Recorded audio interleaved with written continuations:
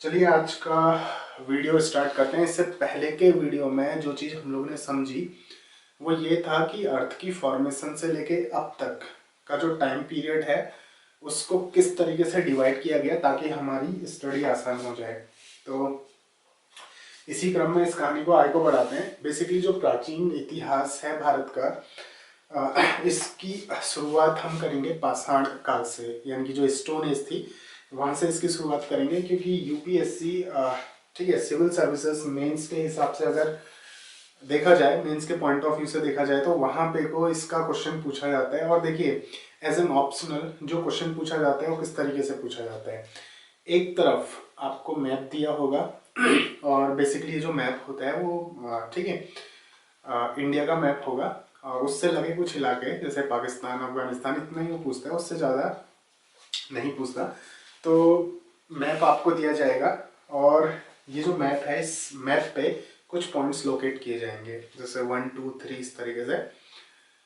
दूसरी तरफ जो क्वेश्चन होगा, क्वेश्चन ये होगा कि 1 पॉइंट पे वो सिर्फ इतना लिख के देगा कि नियोलिथिक साइट। तो आपने मैप पे देख के ये आइडेंटिफाई करना होगा कि 1 पॉइंट पे कौन सी नियोलिथिक साइट है या फिर कौन सा नवपाषाणकालीन स्थल है। 2 पॉइंट पे जैसे सपोज करिए उसने ठीक है हड़प्पन साइट दे दी, तो 2 पॉइंट पे आपने ये लोकेट करना होगा कि जो 2 पॉइंट आपको मैप में दिए हैं उस 2 पॉइंट पे कौन सी हड़प्पन साइट है। तो इस तरीके से क्वेश्चंस को पूछा जाता है जो मेंस का पेपर बनेगा आपका एज एन ऑप्शनल। तो चलिए इसमें शुरुआत करते हैं। देखिए भारत का जो प्राचीन इतिहास है, मैंने बोला था कि हम स्टार्टिंग करेंगे पाषाण काल से। तो ये जो पाषाण काल है यानी कि जो स्टोन एज है, पाषाण काल को 3 पार्ट्स में डिवाइड किया गया है, पूरा पाषाण, मध्य पाषाण और नवपाषाण। कंफ्यूजन कहाँ पे को होता है वो धीरे को समझेंगे, धीरे धीरे आगे को समझेंगे, लेकिन पहले एक बार इसका डिवीजन देख लेना। पूरा पाषाण, मध्य पाषाण, नवपाषाण, और ये टाइम पीरियड के हिसाब से डिवाइड किया गया है। ठीक है कि मान लीजिए आज से 2 लाख साल पहले का जो टाइम पीरियड है उसको क्या बोल दिया, पूरा पाषाण। फिर वैसे ही 10,000 के आसपास ये नवपाषाण आ जाता है। तो फिलहाल इसकी जो टाइम पीरियड है इसको अभी समझते हैं, आगे को देखिए। पाषाण काल को 3 पार्ट्स में डिवाइड किया गया, पूरा, मध्य और नव। उसके बाद ये जो पूरा पाषाण है इसको अगेन 3 पार्ट्स में डिवाइड किया गया, निम्न पूरा पाषाण काल, मध्य पूरा पाषाण काल और उच्च पूरा पाषाण काल। 3 पार्ट्स में। अब कंफ्यूजन जो है वो यहाँ होता है। देखिए जो मैप है, मैप पे जो आपको सपोज करिए एक पॉइंट दे दिया निम्न पूरा पाषाणकालीन स्थल। अब कंफ्यूजन होता है निम्न पूरा पाषाणकालीन और पाषाणकालीन स्थल में। ठीक है अब देखिए मध्य पाषाण काल और मध्य पूरा पाषाण काल। पूरा मतलब और पहले का टाइम पीरियड होगा। ठीक है अब जैसे यहाँ पे को नव पाषाण काल है तो यहाँ पे को उच्च पूरा पाषाण काल। तो इस तरीके से कंफ्यूजन जो होता है वो इन टर्म्स में कंफ्यूजन होता है। तो ध्यान दीजिएगा, पूरा पाषाण, मध्य पाषाण, नव पाषाण। अगेन पूरा पाषाण को 3 पार्ट्स में बांटा, निम्न पूरा पाषाण, मध्य पूरा पाषाण और उच्च पूरा पाषाण। तो हमारी जो स्टार्टिंग रहेगी वो यहाँ से रहेगी निम्न पूरा पाषाण से। तो देखिए हमारे काम करने का तरीका क्या रहेगा, इसको पढ़ने का तरीका ये रहेगा। बेसिकली मैं 2 चीजों पे फोकस करूंगा। पहली चीज, जो जानवरों को मारने के लिए और अपना काम करने के लिए उस वक्त आज से 2 लाख साल पहले इंसानों ने जो औजार बनाए, जो हथियार बनाए, एक तो हम उसकी बात करेंगे, दूसरा साइट्स की बात करेंगे, स्थलों की बात करेंगे। ठीक है तो 2 चीजों को हम 2 चीजों का कॉम्बिनेशन यहाँ पे को लेके चलेंगे, क्योंकि एग्जाम पॉइंट ऑफ व्यू से इससे ज्यादा वो नहीं पूछने वाला। और इससे ज्यादा अगर रटने की कोशिश आप करोगे तो ये समंदर है, डूब जाओगे, आप इसको कभी पढ़ नहीं पाओगे। तो basically exam point of view से अगर आपने पढ़ना है तो ठीक है, उसको नॉर्मली जो मेन चीजें हैं उसको पढ़ते जाते हैं। तो देखिए निम्न पूरा पाषाण काल की अगर मैं बात करूं तो ये जो निम्न पूरा पाषाण काल है ये आज से 2 लाख साल पहले का जो टाइम पीरियड है उसको बोला जाता है निम्न पूरा पाषाण। तो 2 लाख साल पहले से लेकर 1 लाख साल पहले तक का जो टाइम पीरियड बनेगा वो बनेगा निम्न पूरा पाषाण कालीन टाइम, सॉरी, समय। तो देखिए 2 लाख साल पहले से 1 लाख साल पहले, इस बीच का टाइम पीरियड हो जाएगा निम्न पुरापाषाण। 1 लाख से 40,000 साल पहले तक का जो टाइम पीरियड बनेगा वो बनेगा मध्य पुरापाषाण। और उच्च पुरापाषाण 40,000 से 10,000 साल पहले तक का जो टाइम पीरियड बनेगा वो आएगा उच्च पुरापाषाण के अंदर। मुझको नहीं लगता कि इसमें कोई प्रॉब्लम होगी, नॉर्मल सी चीज है। पाषाण काल यानी कि जो स्टोन एज है उसको 3 पार्ट्स में डिवाइड किया गया है, पुरापाषाण, मध्यपाषाण, नवपाषाण। फिर अगेन पुरापाषाण को 3 पार्ट्स में डिवाइड किया गया, निम्न पुरापाषाण, मध्य पुरापाषाण और उच्च पुरापाषाण। इनका जो टाइम पीरियड है वह है निम्न पुरापाषाण का 2 लाख से 1 लाख साल पहले तक का जो टाइम पीरियड था, मध्य पुरापाषाण 1 लाख से 40,000 और उच्च पुरापाषाण 40,000 से 10,000 साल पहले तक का जो टाइम पीरियड था वो किसके अंदर आ जाएगा, उच्च पुरापाषाण के अंदर। तो पहला काम हम देखते हैं साइट्स के बारे में। जो ये जो साइट्स हैं, ये जो स्थल हैं उनके बारे में, क्योंकि क्वेश्चन यहाँ से अराइज होना है। और देखिए एक बार अगर आप स्थल लोकेट करना सीख गए कि कहाँ पे को कौन सी साइट है वो आपको पता चल गई, और ये जो मेरे वीडियोज चल रहे हैं इन वीडियोस में मैं इन चीज़ों को इतनी बार रिपीट कर दूंगा कि वो आपको साइट्स याद हो जाएंगी कौन सी साइट कहाँ पे को है, क्योंकि अगले वीडियो में मैं इन साइट्स को फिर रिपीट करूंगा, उससे अगले वीडियो में उन साइट्स को फिर रिपीट करूंगा। तो ये जो प्रोसेस है वो चलती जाएगी। तो सबसे पहले, और लिखना क्या है, जैसे एग्जाम में जो क्वेश्चन आता है साइट आपने लोकेट की, साइट लोकेट करने के बाद 30 वर्ड्स में आपने क्या होता है उसके बारे में कुछ लिखना होता है। और नॉर्मल सी चीज़ है, सारी साइट्स में कॉमन चीज़ मिलती है, तो एक दो कुछ कॉमन चीज़ें आप याद कर लो और थोड़ा सा जो बेसिक आपका जो कॉन्सेप्ट है उसको क्लियर कर लो, तो लिखना क्या है ये आपको पता चल जाएगा। हाँ, बस साइट का आपको एग्जैक्टली पता होना चाहिए कि कौन सी साइट कहाँ पे हो, तभी जाके मार्क्स मिलने वाले हैं।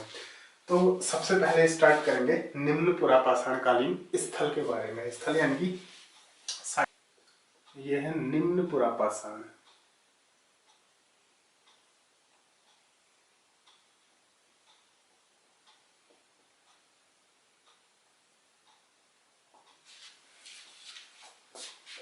तो देखिए इसका जो सबसे पहले जो साइट्स के बारे में अगर मैं बात करूं तो कुछ रीजन्स को आप जान लीजिए, जिन रीजन्स पे ठीक है, जिन एरियाज में ये औजार ज़्यादा पाए जाते हैं। तो बेसिकली ये जो रीजन है, हाँ, अगर इन केस बाय चांस, वैसे प्रीलिम्स में क्वेश्चन नहीं बनता, इन केस बाय चांस अगर बन जाता है क्वेश्चन तो किस तरीके से क्वेश्चन बन सकता है उस चीज़ को भी हम लोग एक बार देखेंगे।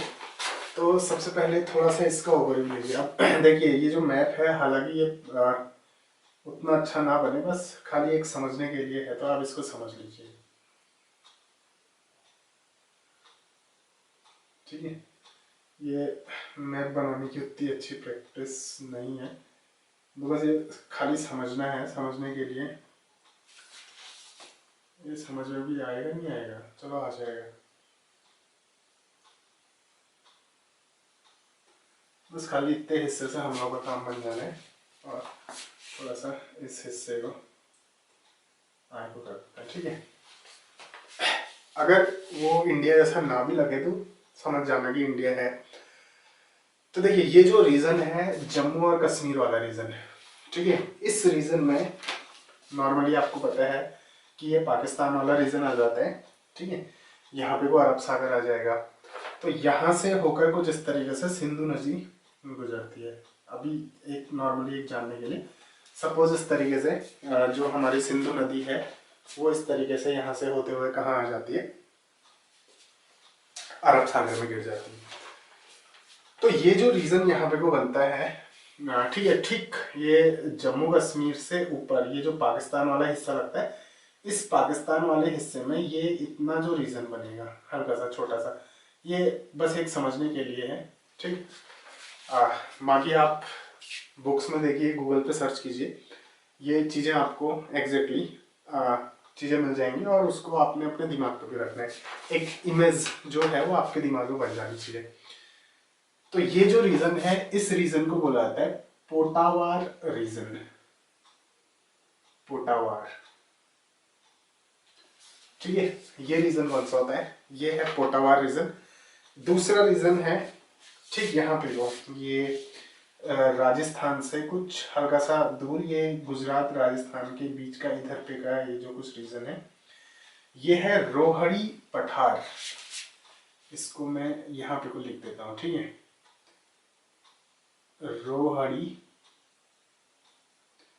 रोहड़ी पठार इसको बोला जाएगा। ये रीजन बनता है, ठीक, यहाँ पे का ये वाला जो रीजन है, ये रीजन बनता है रोहड़ी पठार का। ये हो गया पोटावार बेसिन, पोटावार पठार। ये रीजन बनेगा रोहड़ी पठार का। और देखिए विंध्य पर्वत श्रेणी का आपको पता है कुछ इस तरीके से ये हो गए, ये जो बीच में मध्य प्रदेश वाला इलाका हो गया, ये इलाका हो गया, ठीक है, इस साइड को महाराष्ट्र वगैरह गुजरात, ये वाला जो इलाका है, इस इलाके में ये बनता है विंध्य पर्वत श्रेणी वाला रीजन। ये कौन सा रीजन बनेगा? विंध्य पर्वत। फिर नीचे को, इससे नीचे जो साउथ वाला एरिया है, जैसे जो कर्नाटका, आंध्र प्रदेश, तमिलनाडु, ये वाला जो रीजन है, ये रीजन बन जाता है प्रायद्वीपीय पठार का। ठीक है, तो बेसिकली ये 3 रीजन है जहां पे को निम्न पुरापाषाण कालीन औजारों की प्राप्ति ज्यादा मात्रा में होती है। बात समझ में आ गई? तो यानी कि इसके आसपास का अगर कोई रीजन है तो आप अंदाजा लगा लीजिए कि हाँ, यहाँ पे को निम्न पुरापाषाण काल के औजार पाए गए होंगे। तो ये है पोटावार रीजन। अगर इस रीजन का कोई एरिया है, ठीक है, इस रीजन के एरिया में अगर आप, ठीक है, जो साइड दे रखी है वो इस रीजन में आती है, तो समझ जाना कि हाँ, यहाँ पे को कोई ना कोई निम्न पुरापाषाण कालीन स्थल जरूर होगा जहां से औजार पाए गए होंगे। ये वाला रीजन हो गया। बेसिकली ये रीजन अभी सिंध एरिया है, जो पाकिस्तान का सिंध वाला जो एरिया है वो ये रीजन है रोहड़ी पठार वाला। तो रोहड़ी पठार ये वाला रीजन हो गया, पोटावार बेसिन वाला रीजन हो गया, और ये विंध्य पर्वत श्रेणी वाला हो गया। फिर नीचे को प्रायद्वीपीय भारत वाला जो रीजन है। इन रीजन्स पे निम्न पुरापाषाण कालीन औजारों की प्राप्ति ज्यादा मात्रा में होती है, बहुत ज्यादा अमाउंट में इन जगह मिलते हैं। दूसरी चीज ये देखिए, कहाँ पे को नहीं मिलते, इन जगह में मिलते हैं। ठीक हो गया, 3 जगह याद रखनी है, पोटावार, इधर नीचे रोहड़ी पठार, विंध्य पर्वत, और नीचे प्रायद्वीपीय भारत। किन 2 जगह में निम्न पुरापाषाण कालीन औजारों की प्राप्ति ना के बराबर होती है। मीन्स कि वहां पे वो इत्तेफाकन कोई स्थान अगर मिल गया तो निम्न पाषाण काल, पुरापाषाण काल के औजार मिल गए वहां पे को, अदरवाइज इन रीजन्स पे ना के बराबर मिले हैं। ये रीजन है एक, तो ये जो सिंधु वाला, ठीक है, जो सिंधु नदी है, इस नदी के किनारे किनारे का जो रीजन है, नदी घाटी का जो मैदानी इलाका होता है, ये वाला रीजन। और दूसरा यहाँ से ये जो गंगा इस तरीके से जाएगी और नीचे फिर कहाँ गिर जाएगी? बंगाल की खाड़ी में। गंगा नदी घाटी का जो मैदानी इलाका है, गंगा नदी घाटी और सिंधु नदी घाटी, इन दोनों नदी घाटियों के जो मैदानी इलाके हैं वहां पर निम्न पुरापाषाण कालीन औजारों की प्राप्ति ना के बराबर होती है। मीन्स कि वहां निम्न पुरापाषाण कालीन औजार नहीं मिलते। हाँ, इक्का दुक्का अगर किसी स्थान पे मिल गए तो बात अलग है, अदरवाइज बेसिकली इन 2 रीजन्स पे निम्न पुरापाषाण कालीन औजार नहीं मिलते। हाँ, इन रीजन्स पे मिलते हैं। नीचे जो साउथ का एरिया हो गया, ये जो विंध्य पर्वत श्रेणी वाला एरिया हो गया, रोहड़ी पठार वाला एरिया हो गया, और पोटावार बेसिन। तो एग्जाम पॉइंट ऑफ व्यू से ये इंपॉर्टेंट साइट्स हैं।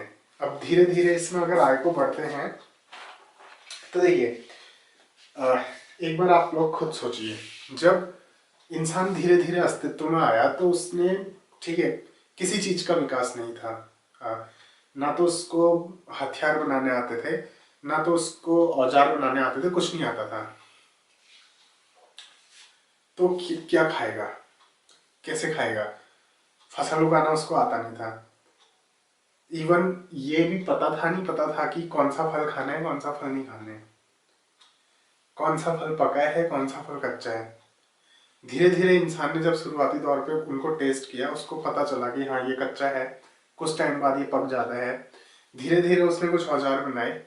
अब वो जानवरों को मारता कैसे होगा? एकदम निर्दयता से। क्योंकि देखिए, अगर आपके पास, सपोज करिए आपके पास एक बंदूक है, आपने एक गोली चलाई, कोई जानवर मर गया, उसके कंपैरिजन में आप सोचिए, आप एक पत्थर पकड़ के उसका सर फोड़ते हैं, उसके दांत तोड़ते हैं, तो उसको किस निर्ममता से उस जानवर को मारा जाएगा? तो स्टार्टिंग में जो इंसान था वो एकदम बर्बर तरीके से जानवरों को मारता था और उसी को खाता था। अगर आप लोगों को ये लगता है किसी को कि मांस खाना पाप है, तो आप खुद सोचिए। फसल उगाना तो हमने बहुत बाद में सीखा, पहले तो इंसान जानवरों को मार के खाया करता था।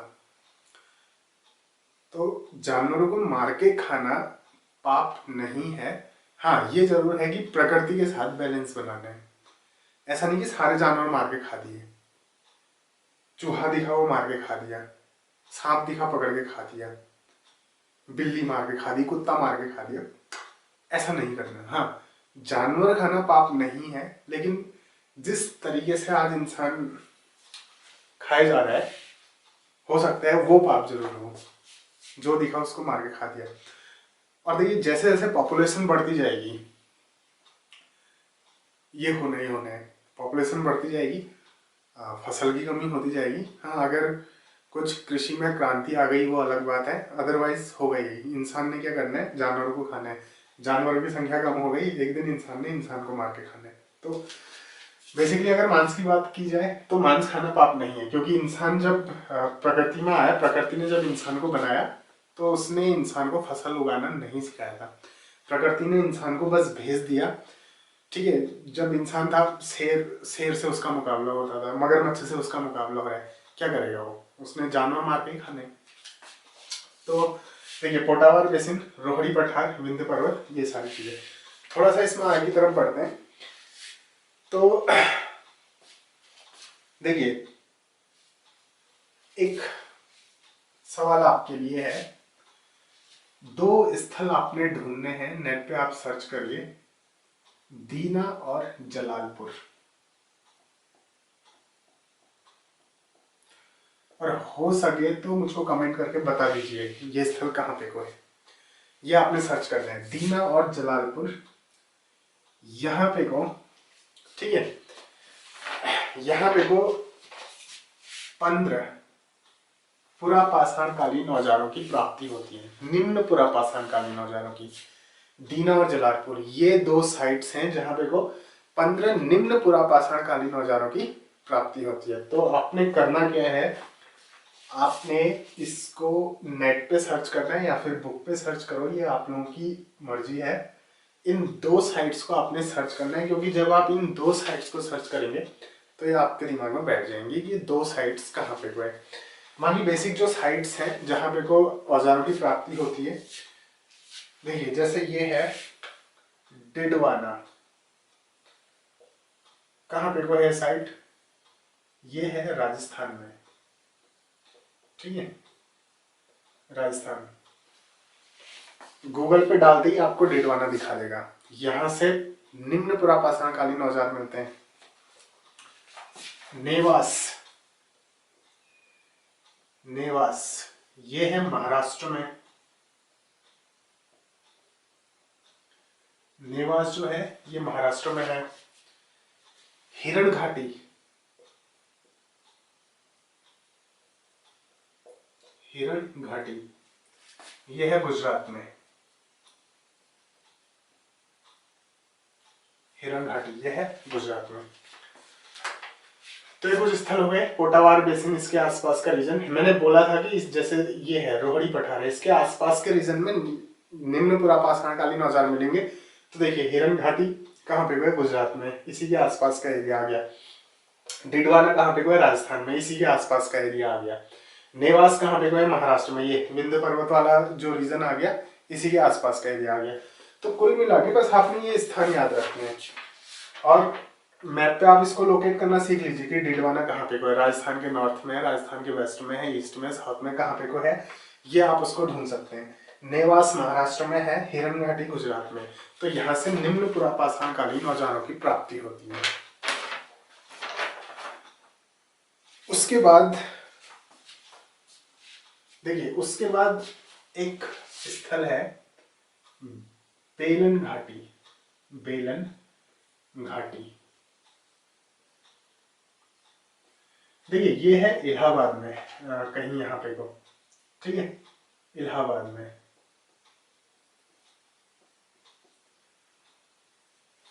कंफ्यूज मत करना, बोलन घाटी है पाकिस्तान में, बोलन, और बेलन घाटी है इलाहाबाद में। तो जो इलाहाबाद की जो बेलन घाटी है, यहां से क्या होता है कि पुरापाषाण से लेकर नवपाषाण तक के औजार पाए जाते हैं।